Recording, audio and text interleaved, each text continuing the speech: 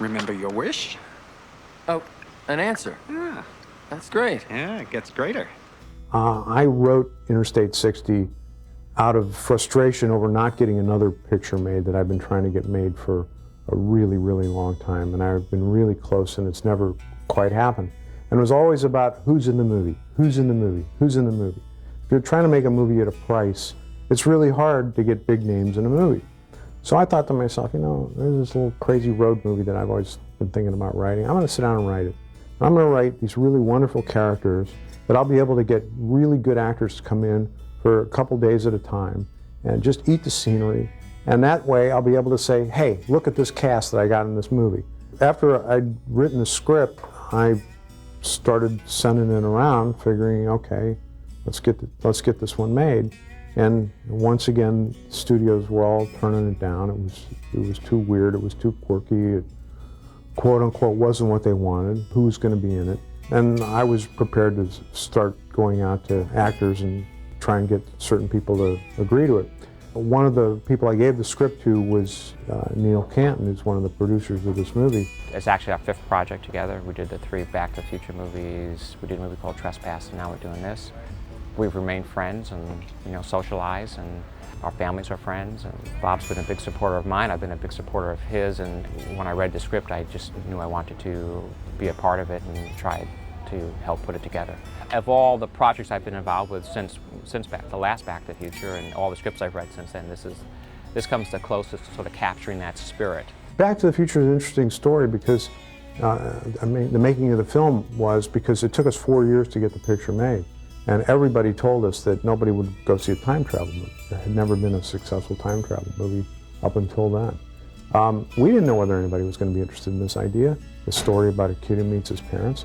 And you know, I don't know whether anybody's going to be interested in seeing Interstate 60. I sure hope they are.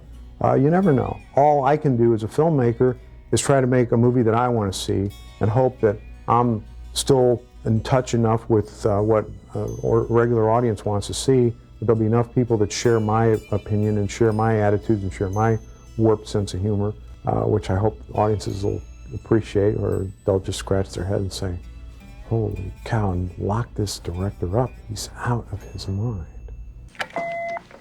Fred, Mr. Oliver's a potential fugitive. Lock him up. Lock me up? Of course. We lawyers have to protect our livelihood. Wait, you can't do this to me. I have rights. I know you do, sweetie. I'm here to protect them. I created all these interesting characters, and I figured, all right, look, I'm here trying to get my own movie made. I'm not only the writer, the director, but I'm a producer as well. How am I going to convince the guys with money to get out their checkbooks so that I can go off and make this movie? And I said, well, first thing you do is you call up all your friends and you say, hey, I'm making a movie. You want to be in it? Will you be in it? Will you be in it? Will you be in it? And I called up Christopher Lloyd, and he said, yeah, I'll be in it. And I called up Kurt Russell, and he said, yeah, I'll be in it. And I called up Michael J. Fox, and he said, Bob, he said, if you're directing, I'll come to the set and serve coffee. It's interesting that you know, you can always send your friends a piece of material to read, to ask them to do you a favor to appear in the movie, but there's so many ways to politely get out of them doing that. But every one of them who read the screenplay thought it was a wonderful, original, you know, delightful story. Generally, of course, what really makes something interesting is the characters. And again, the one thing about this script is it has such incredible characters.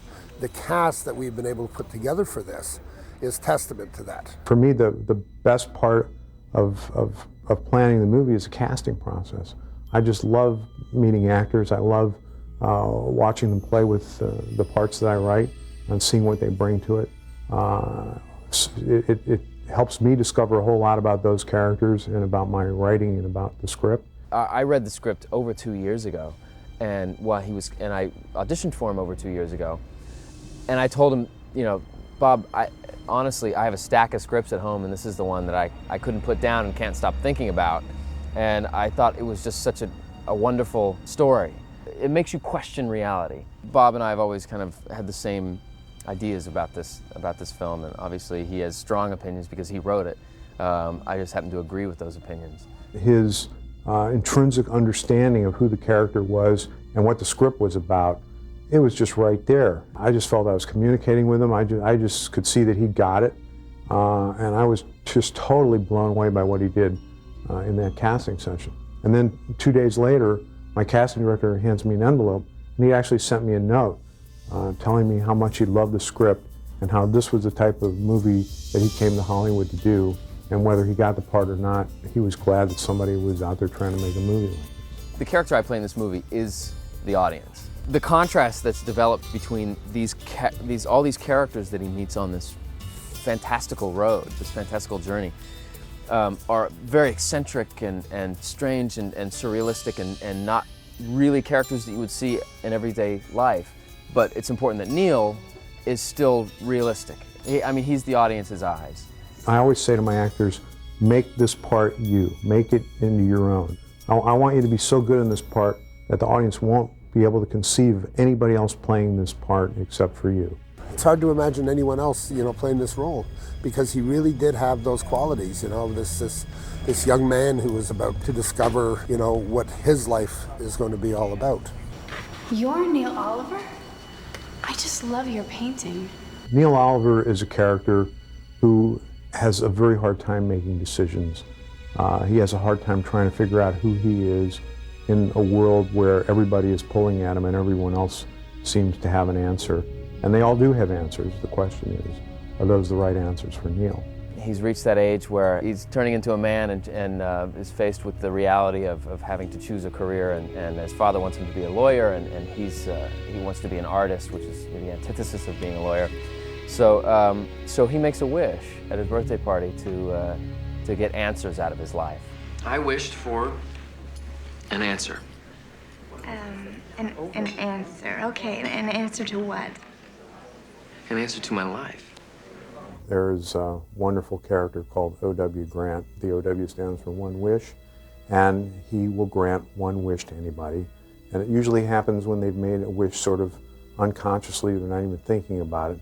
And depending on what mood he's in, and this character's played by Gary Oldman, he'll play it straight or he'll pull a trick on you. The truth is, you should always tell your wish. Kind of calmer thing. Put it out there, project it. Then it just might come true. Never heard of that before. Oh, it's true, believe me. I know. I'll cut this for you. I first saw Gary Oldman in Sid and Nancy, and I just was blown away by his performance in that. And a couple of years later, I saw a movie called State of Grace, in which he played an American, and he did this flawless American accent. And I mean, this guy was a chameleon. He was a consummate actor, clearly. It's clear this guy, to me, in my opinion, he's one of the greatest actors in the world. There's no doubt in my mind. And when somebody mentioned, hey, let's submit this to Gary Oldman, I'm thinking, well, yeah. Was I worried about him in terms of his intensity? Well, look, I figure if somebody is going to read the script and respond to it and say yes, it's because they're connecting with something going on. So I figured I'll have that conversation with him if he says yes. I'm not going to worry about it. If he says yes, I'm going to figure out how to make this movie with Gary Oldman. Well, it turns out Gary Oldman has an absolutely wonderful sense of humor. He's a real joker. There's a whole lot of O.W. Grant in this guy. And he just got the movie immediately. O.W. Grant. Neil Oliver. It's a strange coincidence seeing you here again. Yeah, only if you believe in coincidence. I prefer inevitability. Every event is inevitable. If it wasn't, it wouldn't happen. Right. Someone like Chris Cooper, though I had worked with him before, I didn't have a relationship with him enough to say, could you come, just do this movie. He read the script and he loved the script. It was such a coup to get Chris Cooper. The agent who handles Chris, he calls me up and he said, listen, he said, every movie that Chris Cooper's ever done, it's taken 3 tries to get him to, before he would say yes. He said, he read your script and he said yes after one reading. So, obviously he connected with the script connected with him, the character did, and he just wanted to have a conversation with me before he said yes, just to get a sense of who I was. But man, it was just wonderful working with him, and he's a theater-trained actor, and I love theater-trained actors because they always know their lines.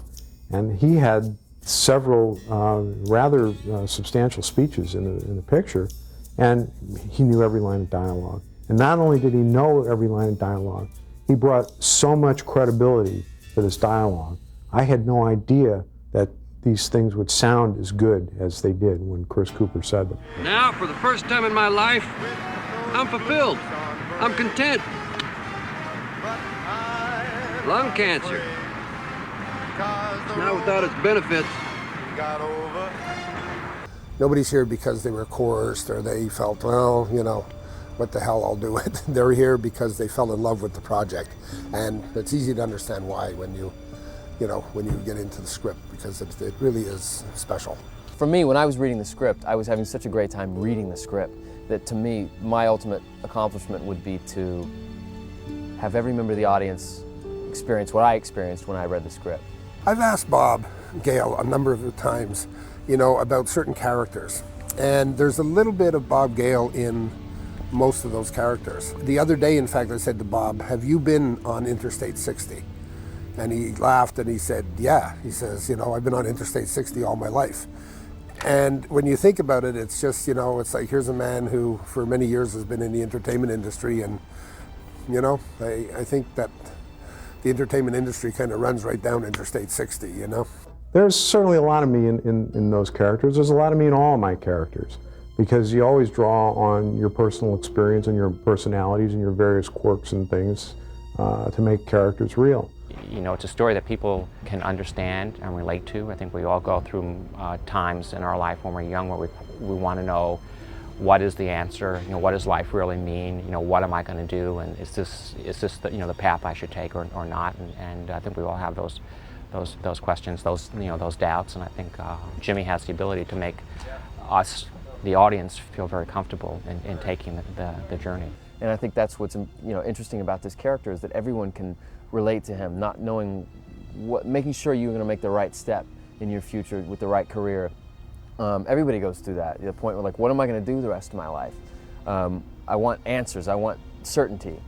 What we're all trying to figure out in our own lives is what are our boundaries, and what are the lines that we can push, but what are the lines that we can't cross over. I really love the meaning of this. Be careful what you wish for, because it may come true. Which in real life it does happen quite often. It just shows you, you know, some of your wishes can be for positive things, some for negative. We buy into an image, we buy into what we think we want, and then when we get there, sometimes what we thought it was isn't what it really is. It's you I'm delivering this package to, isn't it? You're Robin Fields. Well, that also makes total sense. I can honestly say I've never worked with a director who understands the performance that he wants to get any better than Bob Gale does. Directing a film is a tough job, and once you finish your prep and you get to the floor, it's all about the director. You know, I mean, you hand him all of the tools and you say, okay, it's your show. You know, we all live and die by what the director does from that point on. Well, the challenges of directing are always the same. It doesn't matter. You never have enough time and you never have enough money. It doesn't matter how big your budget is. The sun is always going to go down, and you're going to run out of light, and somebody's going to be throwing you off a location. We're making a movie on a very, very modest, budget. So there's the challenge of that, and there's a lot to do. Each day there's a lot to do, and if you're doing a film that's an expensive feature, you have a little more luxury, and so it's more of like a no frills kind of approach. But at the same time, you won't know that when you're watching the movie. When I went from making student films to being a producer and making movies in the real world, I realized that the only difference was that people actually got paid to make the same mistakes that they made in a student film. So, yes, was it a challenge? Of course, all movies are a challenge. That goes with the territory. Did I have enough time and money to make this movie? No, but because I didn't, I had to come up with certain solutions to do things. There's certain things that I wish I could have done a little bit differently. Of course there are. There always are. And that's the case in any movie that I've ever been involved with. However, again, at the end of the day, it's about character. I've had some of the best luck in the world, not only to have this terrific cast, but to shoot the movie at the time of year that I shot it in and have absolutely no weather problems at all. Obviously you always have some things that go wrong. We didn't lose 1 minute of shooting because of the weather. And to be shooting in September and October in Toronto and not have a huge spell of rain that wrecks you, or freezing cold weather. I mean, we're shooting in a convertible, and I was terrified about what was going to happen if it rained. Ironically, the movie had been originally scheduled to go in the second week in July, but Gary Oldman's schedule changed, and we couldn't go then. And I'm, you know, thinking, geez, Gary going to be able to do this movie at all? Is the movie ever going to happen? And I'm reading the weather reports in Toronto, and had we shot the movie in July, we would have gotten killed by the weather, because there was so much rain over the summer. Blessings in disguise. Be careful what you wish for. You got a point. Maybe I do. Oh, I love this highway.